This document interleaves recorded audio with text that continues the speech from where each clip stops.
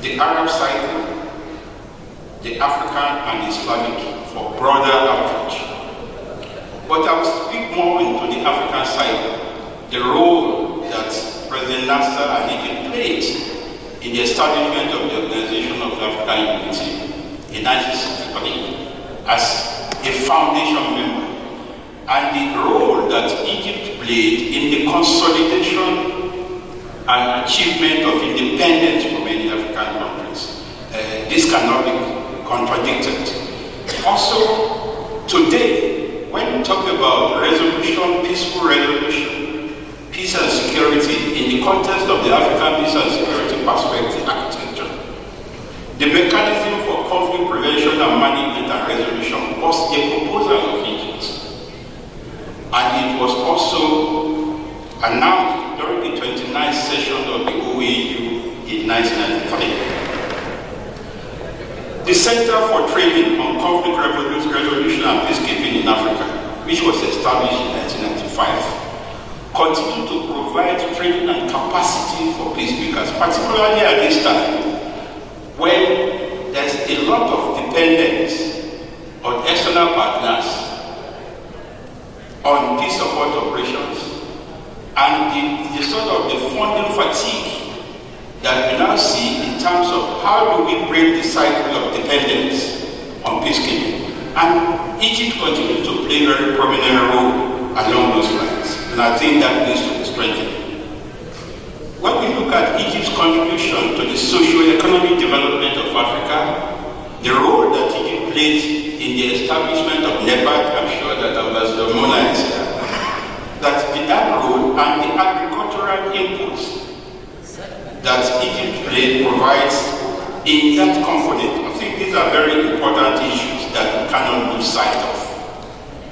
Also within the REX, the regional economic communities are supposed to be the building blocks for regional integration. The Maghreb Union, of course, was established to provide that need. But of course, I'm aware of certain contentions within the Maghreb Union that has not enabled it to play that role. But that also needs to be strengthened as part of Egypt's new era of engagement in the regional economic communities. Ambassador Hakan has spoken about the Censa, the Comensa, and the others. And of course, that is also very important in reaching out to Africa. But in looking at the new era of Egyptians' involvement with Africa, we have to look at what happened since the 2011 revolution. Egypt's foreign policy stance has been largely affected by the international political and socio-economic dynamics. Of course, this is to be expected in a country that is in purpose of renewing itself.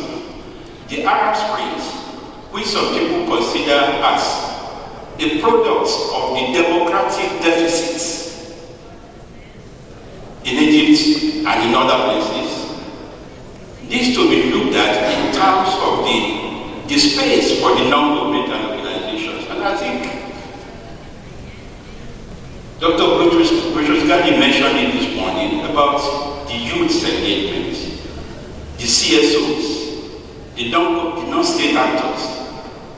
The knowledge, one of the very important strengths of Egypt is the knowledge. It's a knowledge-based society with a lot of scientific institutions, with a lot of academic institutions that has a lot to share with other parts of Africa. Knowledge empowers Africa. And I believe that this is a strength, that the foreign policy perspectives must take cognizance of the knowledge that abounds in this country to be able to look at new options. Innovations are things that looks at what are the things we are doing now that we need to do a different way. My institution, Institute for Security Studies, did some studies with Maadi University of the United States some few years ago on futures. How do you look at futures in terms of demography, in terms of migration, in terms of resources. And we came out with a research output using open source data to say that 4-5 countries are going to change the scope of Africa in the next 50 years. Nigeria, Egypt, South Africa, Ethiopia. Both in terms of population, demography, and the migration, and a lot of things that are happening. So there's a lot of space for Egypt's engagement with Africa. There were some perceptions, misperceptions that came out of the internal dynamics, economic transformation that came out in Egypt. And many people came to say that Egypt has lost its grip on Africa. Or Africa is now number 4 in the priorities of Egypt. Coming after US, coming after Europe, coming after Middle East. But this is a wrong perception. It's a wrong perception by people who are probably narrow-minded in terms of the potentials of a country like Egypt. And I'm able to say that the vigorous pursuit of economic diplomacy by Egypt in terms of trade, investment, scientific engagements are things of the future. That Egypt's foreign policy should now be fine-tuned, panel-beated, reviewed to come with this trust of engagement, active engagement with Africa. And when I say about active engagement with Africa, I'm not meaning traditional friends like Nigeria, like South Africa, like Senegal, like others. But there are new emerging countries in Africa that has a lot of prospects of turning around the new narratives of Africa. Africa is on the rise. Africa is no longer a dark continent, and Egypt has its base. It has roles to be able to turn Africa around. In the African Union, we're not talking about Agenda 2063. In 2013, all African heads of state converged in Addis Ababa to look at 50 years of the trajectory. Independence has been consolidated, and Egypt played a very prominent role in that consolidation. But as we now move forward into the next 50 years, one of the declarations is by 2020, silencing the guns in Africa. Silence the guns. By the year 2020, Africa will be conflict free, be silence the guns. But more importantly, in having an integrated, prosperous, and stable Africa by the year 2063, Egypt has a very important role to play. And I believe that the foreign policy tilting, the fine-tuning of the foreign policy to the new era should take cognizance of that vision.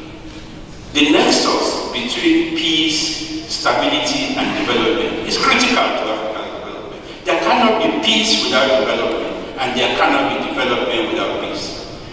So it is important that Egypt, in its foreign policy trust towards Africa, must take into account some of these elements of shared prosperity, shared stability, and shared development to be able to achieve economic development. Multilaterally, I've already spoken about the role of Egypt and what it can stand, and also in Agenda 2063. Given the economic downturn and the recession in Europe, I'm aware about the role of Europe. Egypt first organized Europe-Africa Conference in Cairo. Since then, there have been four summits. And we're not talking about the increasing involvement of the CSOs, not only for the evaluation, for the monitoring. I believe that there must be more space for the civil society organizations because they are agents of transformation. This includes the academics, it includes the private sector. I was part of the first delegation that went to Sudan immediately after the CPA. And one of the areas we identified is the capacity building within Africa to be able to support South Sudan. I know that Egypt was one of the countries that was identified in training massive manpower for South Sudan. It's a pity that what is still happening in South Sudan is not conducive to that development to be able to see what many people have done. But I believe that we will get there. As I said, countries like Chad that now have new petroleum resources, Angola, even Ghana, these are emerging countries in Africa that needs to be cultivated in addition to Nigeria, South Africa. The so-called competition between Nigeria, Egypt, South Africa, and others are drummed up. And this needs to be corrected. These are emerging states. So a few years ago, and Ambassador Kanga was part of it, there was an idea that came from Nigeria on the concept of medium powers in Africa. Egypt is a medium power. Nigeria is a medium power. Angola is a medium power. These are countries that need to be cultivated to really move Africa forward. I will just end up, because I said it's always difficult to speak after Ambassador Nebet, because they have covered a lot of ground. But let me also refer to some contentious issues that needs to be resolved. I was part of the Eswini process in the reforms of the United Nations, and I know the position that was taken in terms of Eswini. How does an African country become a permanent member? I think we need to cook the cake before we share it. The process of cooking or baking the cake has not been done. The problems of even the expansion of the permanent members of the Security Council still need quite a lot of work to be done. Ambassador Idris will confirm within the context of the Committee of the United Nations under Sierra Leone. We are not there. So I think there's a need for changing of the mindset. What Egypt, Nigeria, South Africa, and others can do to move this process forward. And we also talk about the peace support operations. The operationalization of the African Standby Force has not been achieved. Why? Because of the various perceptions of the development. In between, it came with ASIRIC, African Rapid Response, based on countries that have the capacity and the resources to be able to move these support operations forward in breaking the over-dependence on external partners for funding. And I believe this is also an area that Egypt, Nigeria, and other countries can come in terms of the training, the center that we have there that can build capacity, and also in terms of pulling resources together. Also, poverty, development, these are still key. There cannot be peace without development, and there cannot be development without peace.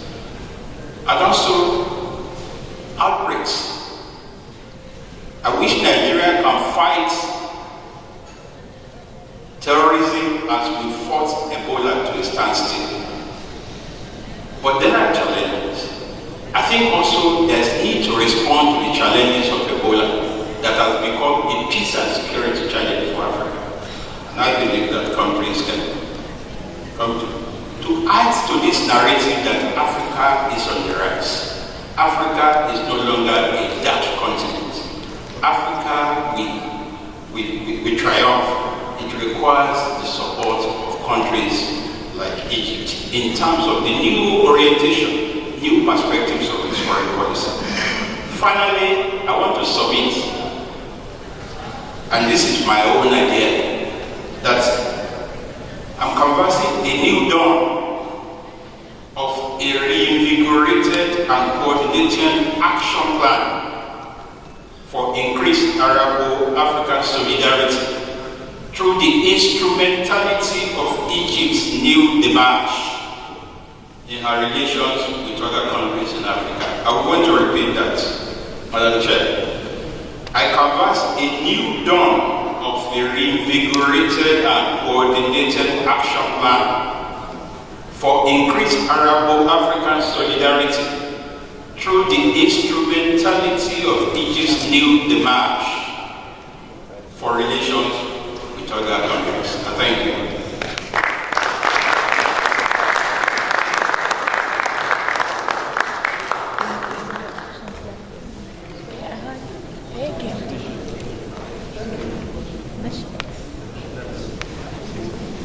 Thank you so much, Minister Sullivan. Thank you. شكرا جزيلا للدعوة صوت المجلس.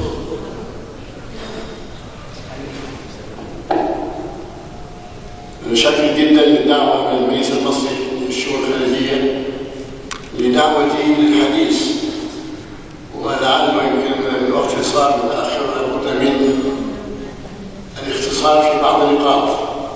أرجو أن نكون إسهام في هذا المجلس المحترم. كما أشكر سعادة السفير الدكتور محمد الشاكر بالدعوة. أنا عندي انطباع ربما قابلة للصواب أو الخطأ.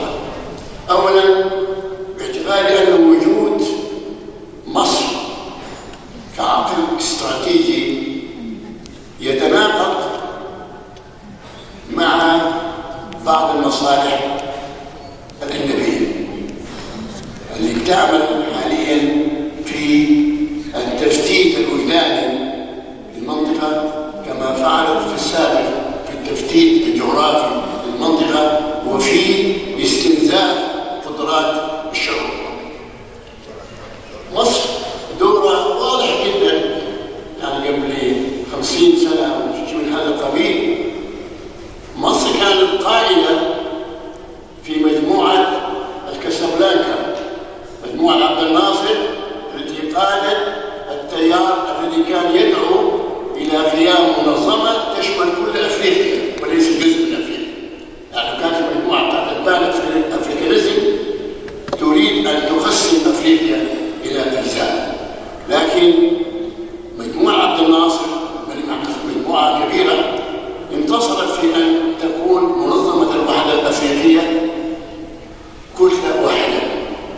ولعله من فترة طويلة هناك تفكير حتى الآن في تقسيم أفريقيا إلى أفريقيا جنوب الصحراء وأفريقيا شمال الصحراء، وتقسيم أفريقيا حتى لغويا الفرانكوفون والأنجلوفون، ما فيش عربفون، بينما معروف أن اللغة العربية يمكن تغطي مساحة كبيرة من أفريقيا، ولعل بعض اللغات مثل السواحيلي والحوسة وغيرها تستند في كثير من مفردات عالم اللغة العربية. هذه القوة لا تريد علاقات استراتيجية بين أفريقيا والعرب. أنا حسست بهذا في مقابلات كثيرة خاصة بين السودان ومصر، لا تريد علاقات بين أفريقيا والعرب. ولا بد من النظرة إلى لماذا تقسيم أفريقيا إلى جزئين، ولا زال مجموعة البان أفريكانيزم تعمل في هذا التفريق. اثنين، واضح أنه تنامي التطرف في المنطقة خاصة في منطقة الساحل السوداني، ساحل سين صاد والساحل الصحراء، تجد فيه مجموعات من الحركات المتطرفة، ودي تؤدي إلى استقرار ربما يؤدي وأدى إلى تدخلات أجنبية، ليس لفهم التطرف وإنما للسيطرة على مناطق وبالتالي على ما في باطنها من ثروات. لا يمكن لمصر، النقطة الثالثة، باعتقادي لا يمكن لمصر أن تغيب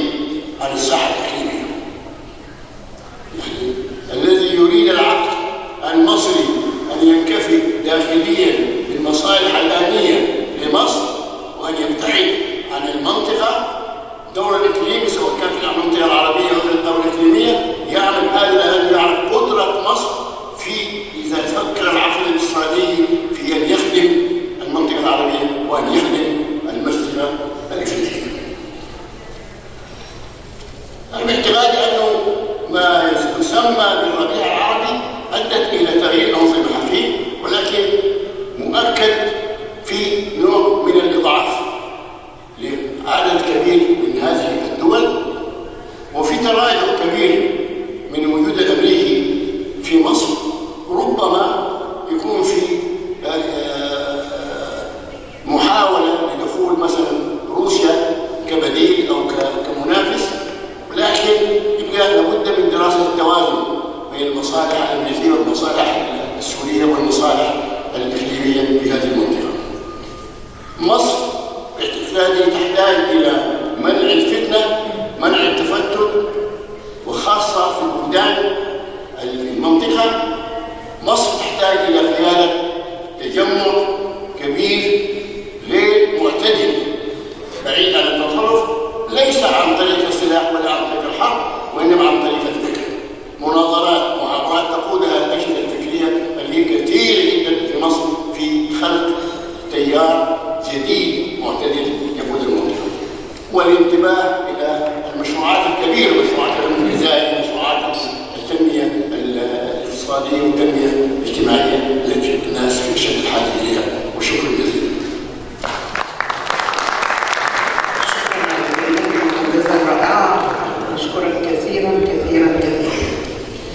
والآن يعني أحب أن أنا الأول طبعا أشكر السادة المتحدثين، وأقول إنه كل المداخلات القيمة اللي كانت بتصب في طريق يعني تغذية أفكارنا بالنسبة إيه المفروض إن هو يتعمل للسياسة الخارجية المصرية.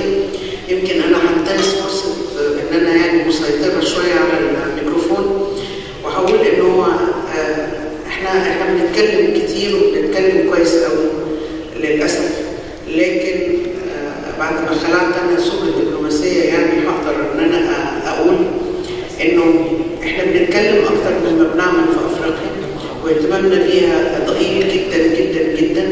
احنا عارفين ايه اللي المفروض ان هو يتعمل، يمكن مش محتاجين ان احنا نعرف ان اتعملت دراسات كثيره جدا اللي بتقول لنا ايه اللي المفروض ان هو يتعمل، لكن احنا ضروري نبتدي يمكن بداخلنا. احنا معظم ابنائنا في الشعب المصري معلوماتهم عن القاره الافريقيه تكاد تكون منعدمه، ومعلومات القاره الافريقيه نفسها عننا مش زي ما احنا متصورين ان احنا يعني معروفين في كل مكان وان هو القوه والعظمه المصريه. ده ما هوش صحيح، لان احنا ابتدينا في خلال الفترات الماضيه بالنسبه للاجيال الجديده اللي موجوده في افريقيا ما يبقالناش نفس القوه ولا التاثير. الاجيال اللي هي حضرت حركات التحرر واللي كانت شايفه الدعم المصري واللي كانت شايفه توجه مصر نحو تحقيق الوحده وجمع الشمل الافريقي، الاجيال دي خلاص ما بقتش هي اللي موجوده في السلطه.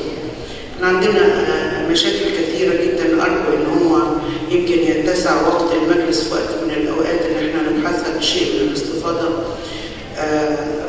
ويا ريت ان هو يكون ليها حل. لانه اعتقد انه يعني لو قلنا انه في حاجه ايجابيه على الاقل دلوقتي، فهو في توجه من القياده العليا ومن القياده المصريه بانها تتوجه نحو افريقيا. يعني احنا في خلال اسبوع واحد احنا كان عندنا زيارتين لرؤساء الجمهوريات، كان عندنا زياره رئيس غينيا الاستوائيه، تلاها رئيس تشاد، جايه رئيس جمهوريه افريقيا الوسطى خلال يوم او يومين، بالاضافه لعدد من المبعوثين. فده يدل على شيء، هو بيدل.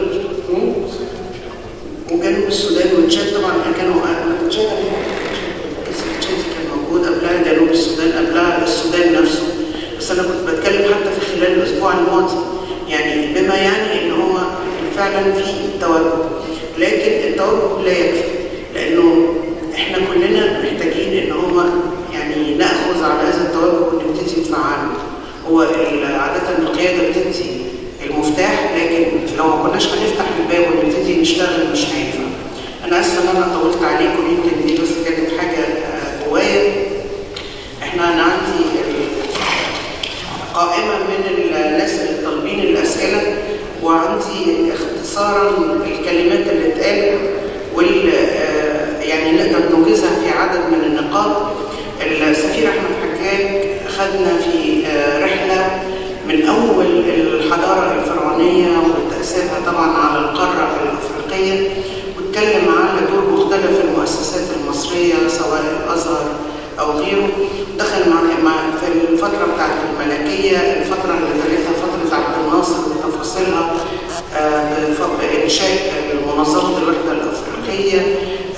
اتكلم على نقطة أنا أعتقد إنها مهمة جدا، وهي نقطة تقسيم الحدود في أفريقيا، اللي بالرغم من المبدأ اللي أقرته منظمة الوحدة الأفريقية بما يسمى قدسية الحدود، لكن هو ما زال طبعا الحدود بتسبب مشاكل، على الأقل عندما يكون هناك رغبة سياسية في أنها تسبب مشاكل، حتى لو كانت القبائل بتتعايش مع بعضها، لكن بيتم استغلال هذا الوضع في الوقت اللي هم بيروه مناسب. السفير أحمد حجاج اتكلم على الأدوات الدبلوماسية الناعمة من فن وثقافة، وأهمية إن احنا نركز عليها، بالإضافة طبعا لتركيزنا على التجارة وعلى السياحة وعلى غيرها من المفردات الاقتصادية اللي هي ممكن تساعد على دعم ودفع العلاقات المصرية الأفريقية.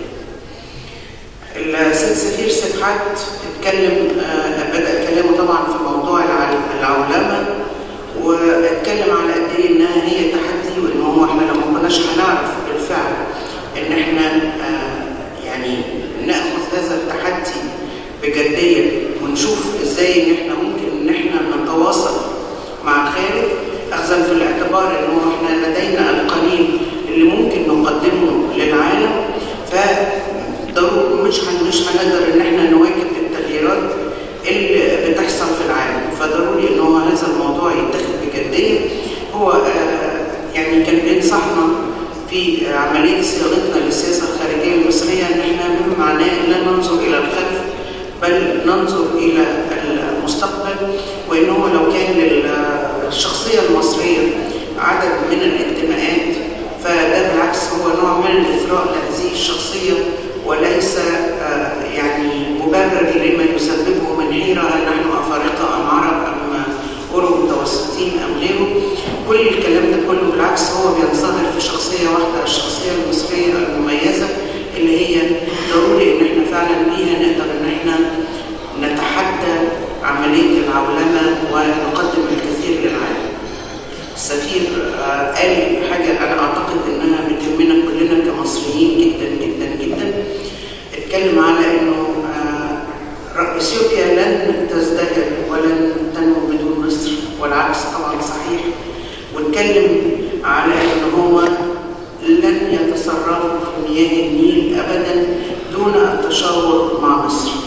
ده ليس من مصلحة إثيوبيا ولا من مصلحة مصر، وإن هو بيننا وبين إثيوبيا ضروري يكون في دائما التقارب والتفاهم كسبيل أوحد لتحقيق المصلحة التي تجمع بيننا والتوصل إلى الصيغة الربحية للجميع.